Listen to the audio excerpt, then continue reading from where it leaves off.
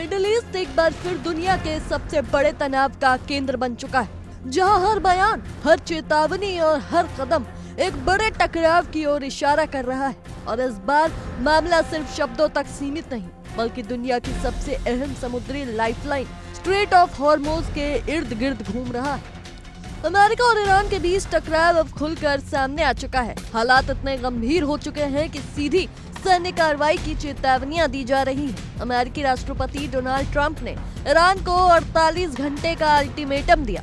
साफ शब्दों में कहा कि अगर स्ट्रेट ऑफ हॉर्मुज़ को नहीं खोला गया तो अमेरिका ईरान के ऊर्जा प्रतिष्ठानों को निशाना बनाएगा। ये चेतावनी सिर्फ एक बयान नहीं थी, बल्कि एक ऐसा संकेत था जिसने पूरी दुनिया की चिंता बढ़ा दी, क्योंकि स्ट्रेट ऑफ हॉर्मुज़ सिर्फ एक जलमार्ग नहीं, ये दुनिया के तेल सप्लाई का सबसे बड़ा रास्ता है। हर दिन लाखों बैरल तेल इसी रास्ते से होकर गुजरता है, और अगर ये रास्ता बंद होता है तो उसका असर सिर्फ मिडिल ईस्ट तक सीमित नहीं रहेगा, बल्कि पूरी दुनिया की अर्थव्यवस्था हिल सकती है।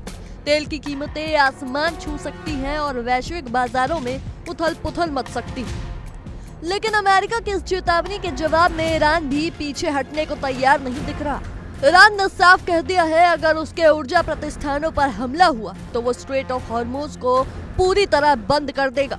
यानी एक तरफ अल्टीमेटम तो दूसरी तरफ सीधी जवाबी धमकी। और इसी के बीच अब एक नया बयान सामने आया है जो इस तनाव को और ज्यादा बढ़ाता नजर आ रहा है।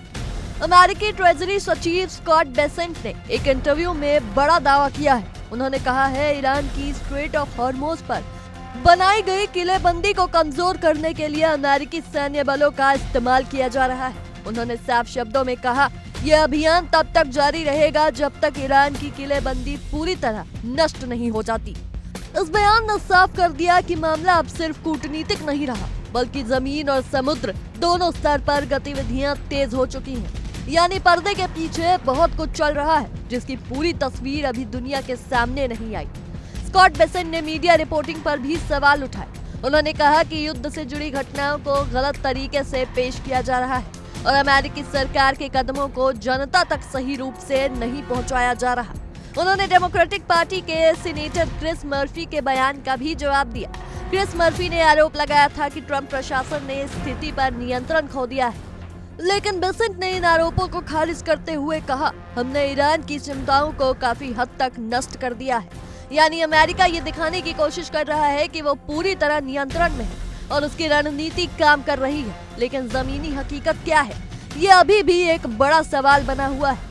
दूसरी तरफ ईरान ने भी अपनी स्थिति साफ कर दी है। रॉयटर्स के मुताबिक ईरान की इस्लामिक रेवोल्यूशनरी गार्ड्स कॉर्प्स यानी IRGC ने एक कड़ा बयान जारी किया है। IRGC ने कहा कि अगर अमेरिका ईरान के ऊर्जा प्रतिष्ठानों पर हमला करता है तो स्ट्रेट ऑफ हॉर्मुज़ को पूरी तरह बंद कर दिया जाएगा। इतना ही नहीं, ईरान ने यह भी चेतावनी दी कि अगर अमेरिकी हितों को नुकसान पहुंचाने की कोशिश हुई तो उसके जवाब में कड़ी कार्रवाई की जाएगी। IRGC के बयान में यह भी कहा गया कि जिन देशों में अमेरिका के सैन्य ठिकाने हैं, वहां के ऊर्जा प्रतिष्ठान भी अब कानूनी लक्ष्य बन सकते हैं। यानी ये टकराव अब सिर्फ 2 देशों तक सीमित नहीं रहा, बल्कि इसका दायरा कई देशों तक फैल सकता है। ईरान ने साफ कहा, हमने ये युद्ध शुरू नहीं किया और हम इसे शुरू नहीं करना चाहते, लेकिन अगर हमारे पावर प्लांट्स पर हमला हुआ तो हम अपने देश और लोगों की रक्षा के लिए हर संभव कदम उठाएंगे। ये बयान इस बात का संकेत है कि ईरान रक्षात्मक मुद्रा में दिखाना चाहता है, लेकिन जवाब देने के लिए पूरी तरह तैयार है। अब सवाल ये है कि आगे क्या होगा। क्या अमेरिका अपनी चेतावनी को अमल में लाएगा? क्या ईरान वाकई स्ट्रेट ऑफ हॉर्मुज़ को बंद करने का जोखिम उठाएगा? और अगर ऐसा होता है तो ये सिर्फ एक क्षेत्रीय संघर्ष नहीं रहेगा, बल्कि ये एक वैश्विक संकट में बदल सकता है। दुनिया के कई देश स्थिति पर नजर बनाए हुए हैं, क्योंकि हर देश जानता है कि स्ट्रेट ऑफ हॉर्मुज़ का बंद होना तेल सप्लाई की सबसे बड़ी रुकावट बन सकता है। इस पूरे घटनाक्रम में एक बात साफ है, तनाव अपने चरम पर है और हालात किसी भी वक्त बदल सकते हैं। अब देखना बेहद अहम होगा कि कूटनीति जीतती है या फिर हालात युद्ध की ओर बढ़ते हैं, क्योंकि इस बार दांव सिर्फ 2 देशों का नहीं, बल्कि पूरी दुनिया की स्थिरता का है। फिलहाल के लिए इतना ही। आपकी इस विषय में क्या राय है, हमें कमेंट्स में जरूर साझा करें और देश दुनिया की तमाम खबरों के लिए देखते रहिए इंडिया डेली। देखिए इंडिया डेली 24/7 अब आपकी स्मार्ट टीवी पर। इंडिया डेली मौजूद है सभी डिजिटल प्लेटफॉर्म पर लाइव और लगातार।